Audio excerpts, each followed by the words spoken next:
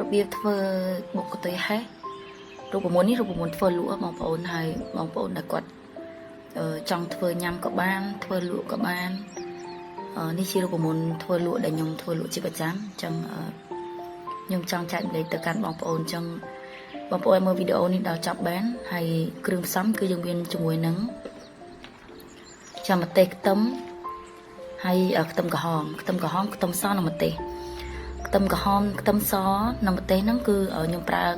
ម្ទេសកន្លះគីឡូខ្ទឹមស8ខាំហើយនិងខ្ទឹមក្រហមហ្នឹង2ខាំ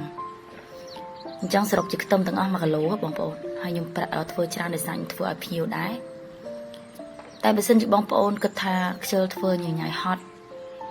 អាចកំងពីខ្ញុំបានខ្ញុំមានលក់ដូចគ្នាហើយតម្លៃក៏ធូរថ្លៃដែរអញ្ចឹងធ្វើការលាងខ្ទឹមសិន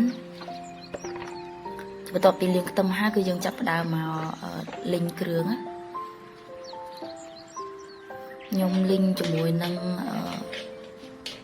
ម្ទេសផ្លោកកិនណាបងប្អូនម្ទេសផ្លោកកិនហ្នឹងមានចំនួន1ខាំហ្នឹងគឺខ្ញុំលីងវាឲ្យដាច់ទឹកឲ្យឆ្អិននិយាយទៅគឺឆ្អិនគ្រឿងផ្សំដែលធ្វើទាំងអស់ហ្នឹងគឺសិតតែលីងទាំងអស់វាចំណាយពេលរៀងយូរដែរប៉ុន្តែរសជាតិក៏អូខេនឹងការរំចាំហើយយើងក៏ប្រើខ្ទះដដែលហ្នឹងមកលីងជាមួយនឹងម្ទេសខ្ទឹមដែលយើងបានរៀបចំមុនហ្នឹងយើងលីងវាដូចគ្នាខ្ទះតែមួយបងប្អូនដោយសារយើងលីងអញ្ចឹងទៅគ្រឿងមើលទៅរៀងខ្មៅខ្ទះអញ្ចឹងតែពិតមែនទេដោយសារតែខ្ញុំលីងមុនហ្នឹងគឺខ្ញុំលីងខ្ទឹមម្សៅអញ្ចឹងខ្ទឹមទាំងអស់ហ្នឹងគឺបានឆ្អិនហើយខ្ទឹមម្ទេសយើងគឺឆ្អិនប៉ុណ្្នឹងហើយបងប្អូនទុកវាត្រជាក់សិនណាទុកវាត្រជាក់សិនពេលវាđãឆ្អិនហើយណាហើយគ្រឿងធ្វើបុកកន្ទុយហើយនេះគឺខ្ញុំអត់ប្រើត្រប់ពុតញងឬក៏អីទេហើយត្រីឆ្អើរហ្នឹងគឺខ្ញុំទិញគេបកស្រាប់អញ្ចឹងយើងយកមកលីងវាថែមឲ្យឈ្ងុយអញ្ចឹងណាឲ្យវាឡើងស្រួយហើយត្រីឆ្អើរនេះគឺខ្ញុំប្រើត្រីម្ដែងណាបងប្អូនត្រីឆ្អើរហ្នឹងមានចំនួន2ខាំអញ្ចឹងយើងធ្វើការលីងវាឲ្យវាឡើងស្រួយហើយឈ្ងុយ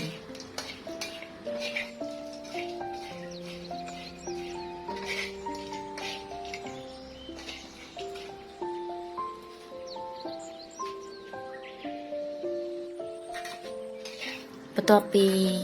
ឈ្ងុយហើយយើងចាប់ផ្ដើមដួសវាចេញមកហើយយើងមកធ្វើការអាំងប្រហុកម្ដងខ្ញុំប្រើខ្ចប់ជាមួយស្លឹកចេកហើយស្លឹកចេកហ្នឹងយើងជូតឲ្យស្អាតមកណាហើយខ្ញុំធ្វើការរោលមួយភ្លើងដោយសារកុំឲ្យស្លឹកចេកនឹងវាស្រួយអញ្ចឹងពេលយើងរោលមួយភ្លើងគឺស្លឹកចេកយើងខ្ចប់គឺវាអត់ល្ហែកទេអញ្ចឹងធ្វើការរោលភ្លើងអញ្ចឹងណាបងប្អូនបើសិនជាបងប្អូនមានភ្លើងកច្រានអញ្ចឹងអាចអាំងនឹងខ្ជុំហិតតែល្អតែខ្ញុំអត់មានទេអញ្ចឹងខ្ញុំធ្វើការខ្ចប់ប្រហុកអាំងហ្នឹងគឺហើយប្រហុកនេះគឺខ្ញុំប្រើចំនួនកន្លះគីឡូប្រហុកដែលគេច្រាំស្រាប់ចង់ប្រើប្រហុកសាច់ក៏បានដែរហើយបងប្អូនយកមកច្រាំវាឲ្យ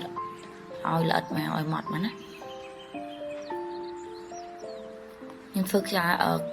ខ្ចប់វាហើយខ្ញុំយកទៅអាំង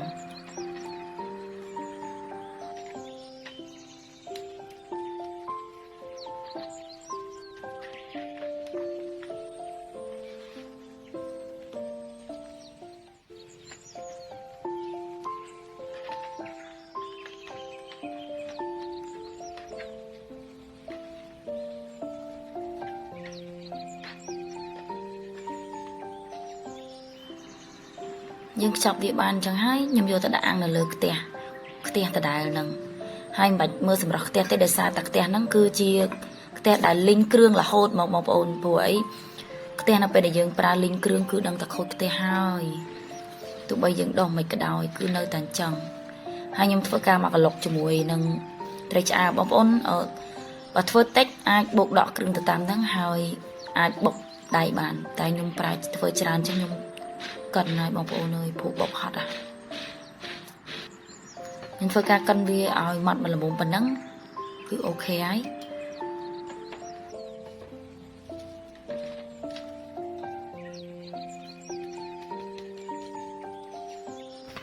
ើយយើងចាប់ផ្ដើមម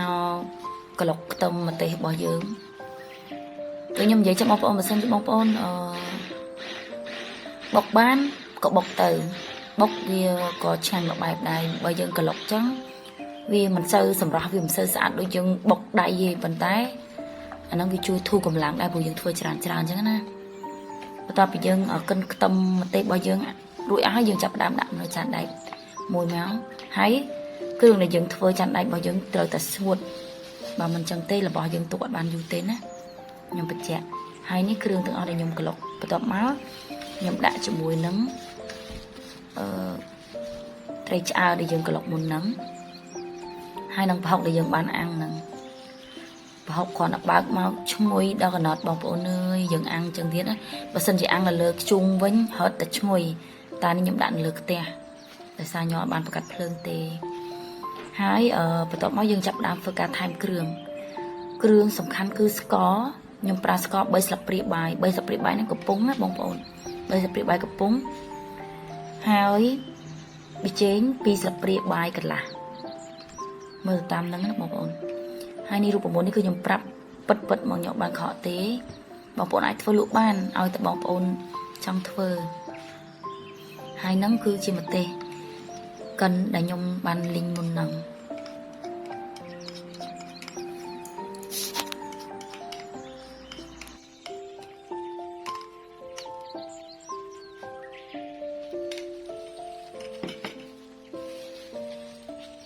បន្ទាប់មកយើងមានអំពិលម្ដុំអំពិលហ្នឹងឆ្កឹះគ្រាប់ចេញណាម្ដុំមកតូចមកល្មមបានហើយព្រោះអីយើងអត់ត្រូវការយកជូរពេកទេហើយរសជាតិនេះក៏អត់សូវ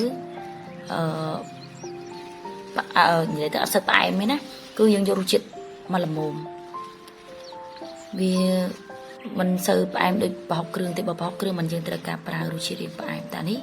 អត់ទេនិយាយទៅបងប្អូនធ្វើតែប៉ុណ្្នឹងគឺត្រូវគ្រឿងហ្មងអត់ខុសទេនៅតែយើងលាយវាបានចូលល្អសពប៉ុណ្្នឹងហើយគឺអូខេហើយបងប្អូន500នឹងមករំខានខ្ញុំរហូតឲ្យតែលីងប្រហុកម្ដងឥឡូវយើងបានហើយជាមួយនឹងបុកកតុយហេះណាបងប្អូនបុកកតុយហេះហើយបុកនេះគឺយើងអាចទុកនៅក្រៅទូបានកន្លះខែទៅ1ខែបើសិនយើងដាក់ទូទឹកកកបានយូរណាស់អរគុណបងប្អូនដែលចូលចិត្តវីដេអូខ្ញុំកុំភ្លេច Subscribe អ្នកមួយផង